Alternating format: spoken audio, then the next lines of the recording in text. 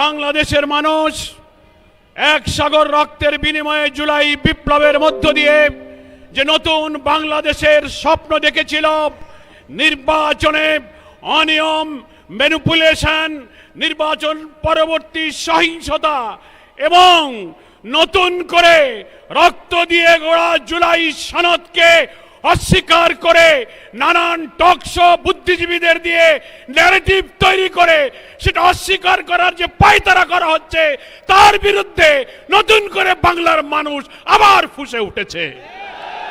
আমরা পরিষ্কার বার্তা দিতে চাই, নির্বাচনে যে অনিয়ম হয়েছে, ফলাফল তৈরিতে, ফলাফল ঘোষণায়, প্রিজাইডিং পোলিংরা যখন ব্যালট গণনা করেছেন, সম্প্রচার হচ্ছে একের পর এক ফলাফল, হঠাৎ সম্প্রচার বন্ধ করে কি রহস্যের জাল করে বিরোধী দলীয় অর্থাৎ 11 দলীয় ঐক্যের একের পর এক বিজয়ের বার্তাকে থামিয়ে দেওয়া হয়েছে। সেই রহস্য জাতির কাছে প্রকাশ করতে হবে। যে সমস্ত আসনে অনিয়মের অভিযোগ নির্বাচন কমিশনে দাখিল করা হয়েছে, নির্বাচন কমিশনকে আমরা বলতে চাই, কোন তালবাহানা না করে অবিলম্বে সেগুলোর সুবিচার এবং নিষ্পত্তি করতে হবে। নির্বাচন পরবর্তী সহিংসতায় দেশের মানুষ বিস্মিত।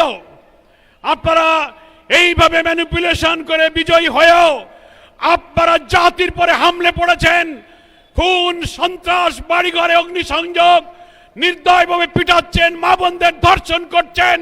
সেই দৃশ্য আমাদেরকে আবার ফ্যাসিবাদের চিত্র মনে করিয়ে দিচ্ছে।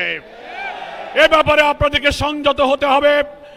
আপনাদেরকে আবার বলতে চাই, জুলাই সনদের সকল ফ্যাসিবাদ বিরোধী রাজনৈতিক দলগুলো যে আমরা স্বাক্ষর করেছিলাম, সেই সনদের সমস্ত বিষয় যা গণভোটে আনা হয়েছে, বিপুল ভোটে জয়যুক্ত হয়েছে। দুঃখের বিষয়, বাংলাদেশের অনেক ভোট কেন্দ্রে আমরা লক্ষ্য করেছি ধানের শীষের ভোট আর গণভোটে না ভোট সমান সংখ্যক এসেছে। 500 ধানের শীষ 500 না, 1200 ধানের শীষ 1200 না। তাতে বোঝা যায় সিন্ডিকেট করে বিএনপির আভ্যন্তরীণ ভাবে গণভোটে না ভোটের পক্ষে তারা ক্যাম্পেইন করেছে।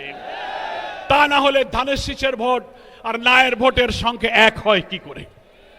এখন নির্বাচনের পরে টকশোতে অনেক বুদ্ধিজীবী তথাকথিত পেইড সাংবাদিক নামের কিছু বুদ্ধিজীবীরা সরকারের দালালি করে প্রশ্ন তুলছেন, জুলাই সনদে যা যা স্বাক্ষরিত, যা যা ঐক্যমত, সেইগুলো সবকিছু সরকার মানতে বাধ্য নয়। মনে রাখবেন, সংখ্যাগরিষ্ঠতার জোরে যদি আবার ফ্যাসিবাদের মতো এই বিপুল গণভোটে জয়যুক্ত হওয়ার পরে জুলাইয়ের রক্তের সাথে বেইমানি করে জুলাই সনদের ভিত্তিতে নতুন বাংলাদেশে বিদ্যমান রাষ্ট্র সংস্কার করে নতুন রাষ্ট্রের কাঠামো তৈরি করা না হয়, আরেকটি জুলাইয়ের তৈরি হবে কিন্তু বলে দেন। দেশবাসী ঐক্যবদ্ধ থাকতে বলবো।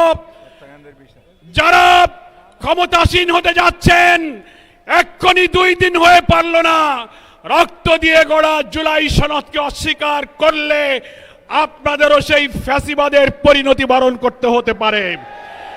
জুলাই শহীদ যারা, জুলাই হত্যাকাণ্ড, 30-40 হাজার আহত ক্ষতবিক্ষত দেহ নিয়ে যারা এখনো আহারি করছে, যারা শাহাদাতের পেয়ালা পান করে তারা পরিবারকে স্বজনহারা করেছে, তার বিচার এখনো হয়নি।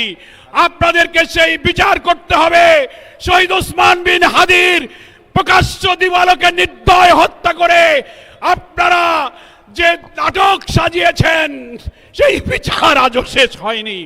আমরা বলতে চাই, এই সরকার যারা আসবেন তাদেরকে জুলাই আন্দোলনে আহতদের, শহীদদের, ওসমান হাদির খুনিদের বিচার করতে হবে।